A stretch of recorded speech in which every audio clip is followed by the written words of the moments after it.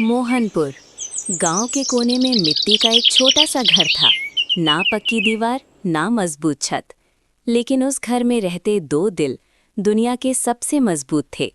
17 साल का राम और उसकी 12 साल की छोटी बहन गीता। 2 साल पहले उसके माँ बाप दोनों गुजर गए, जिससे दोनों अकेले पड़ गए, जिससे वो दोनों बहुत अकेले हो गए। भैया, माँ बाबा हमें छोड़कर क्यों चले गए? अब हम किसके साथ रहेंगे? मैं हूं ना, मैं कहीं नहीं जाऊंगा, हमेशा तुम्हारे साथ ही रहूंगा। उस दिन राम बच्चा से आदमी बन गया। उसके ऊपर अब अपनी बहन की जिम्मेदारी आ गई। अगली सुबह राम गीता को स्कूल के लिए तैयार करता है। गीता हमेशा मुस्कुराती थी, लेकिन उसे जल्दी थकान हो जाती थी। एक दिन स्कूल में वो बेहोश हो गई। हॉस्पिटल में डॉक्टर ने रिपोर्ट देखकर कहा, इसका दिल कमजोर है, जल्दी ऑपरेशन करवाना होगा। राम का गला सूख गया, क्योंकि उसको पता था डॉक्टर के पास बहुत सारा पैसा लगता है। कितना खर्चा आएगा डॉक्टर? लगभग 5 लाख। ये शब्द राम के कानों में गूंजता रहा। उसके पास सिर्फ 4,000 रुपए थे। उस रात बिजली नहीं थी, जिससे गीता बहुत ज्यादा डर जाती है। भैया, अगर मैं ठीक हो गई ना, तो मैं टीचर बनूंगी और जिन बच्चों के पास पैसे नहीं होते, उन्हें फ्री में पढ़ाऊंगी। राम चुप रहा। आप हंस क्यों रहे हैं? सुबह जब बस पागली, आई, तू दुनिया की सबसे अच्छी टीचर बनेगी। लेकिन उस रात राम ने अकेला बैठकर आसमान से कहा, भगवान, मेरी जिंदगी कम कर दे, पर मेरी बहन की बढ़ा दे। राम ने फैसला कर लिया, वो शहर जाएगा।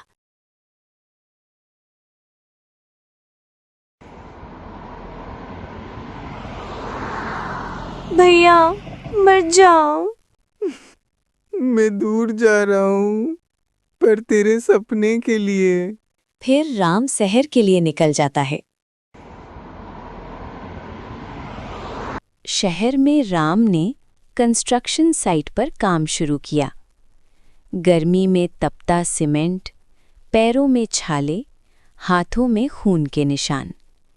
दिन भर कंस्ट्रक्शन का काम करने के बाद रात को होटल में बर्तन धोता।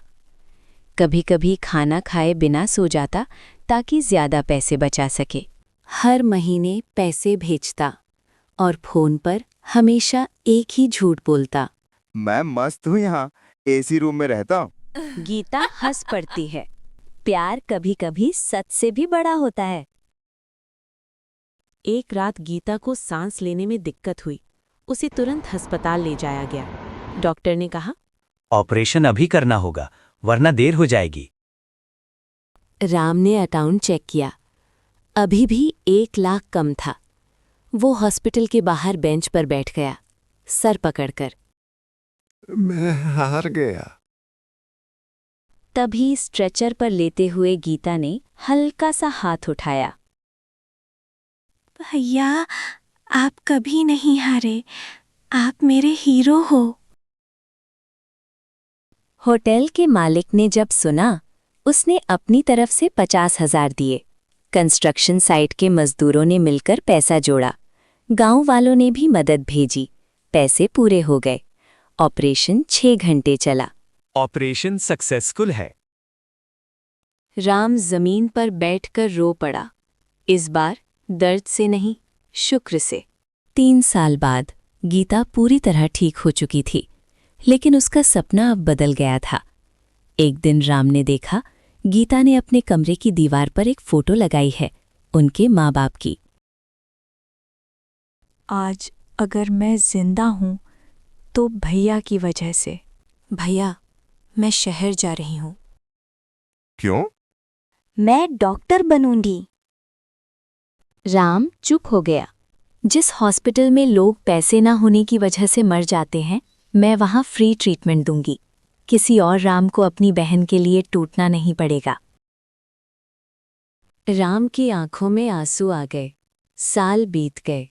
गीता ने अपनी मेडिकल की पढ़ाई पूरी की और वो डॉक्टर बन गई। एक दिन गीता एक बड़े हॉस्पिटल के डॉक्टर बन जाते, जिससे गरीब लोगों का फ्री में इलाज करती है।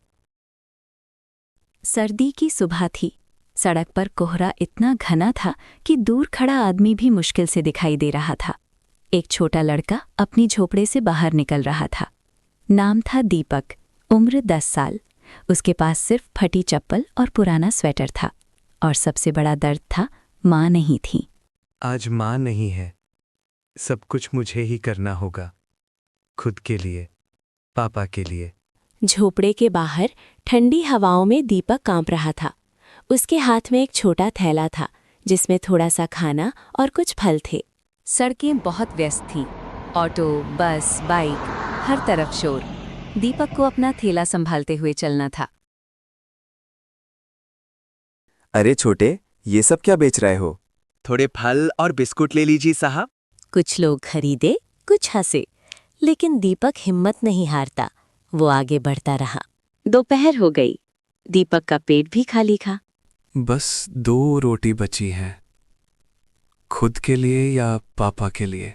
दीपक ने आधी रोटी पापा के लिए रखी, आधी खुद खा ली। उसकी आंखों में चिंता थी। माँ के बिना पहला सर्दी का दिन उसके लिए सबसे कठिन साबित हो रहा था। थोड़ा आगे बढ़ते ही स्कूल के बच्चे खेल रहे थे। दीपक को देखकर हंसे। देखो, फटी चप्पल वाला लड़का। दीपक ने कुछ नहीं कहा, बस आगे बढ़ता रहा। शाम को दीपक घर लौटा। झोपड़ा छोटा, अंधेरा और ठंडा था। माँ नहीं थी, किसी ने खाना भी नहीं बनाया था। दीपक ने देखा कि पापा बिस्तर पर बैठे थे, कमजोर और थके हुए। दीपक, पैसे कितने आए? थोड़े ही पाता। पापा ने सिर हिलाया और दोनों चुपचाप रात बिताने लगे। अगली सुबह थी। सड़कें अभी भी ठंडी और खाली थीं। दीपक अपने फटे स्वेटर में खुद को ढककर बाहर निकला। आज और मेहनत करनी होगी, पापा के लिए, खुद के लिए। माँ नहीं है तो मुझे ही सब करना है। सड़क पर धुंध और कोहरा था, हर कदम कठिन, लेकिन दीपक के कदम आगे बढ़ रहे थे। दीपक ठेला धकेलते हुए घर घर जाकर बिस्कुट और फल बेच रहा था।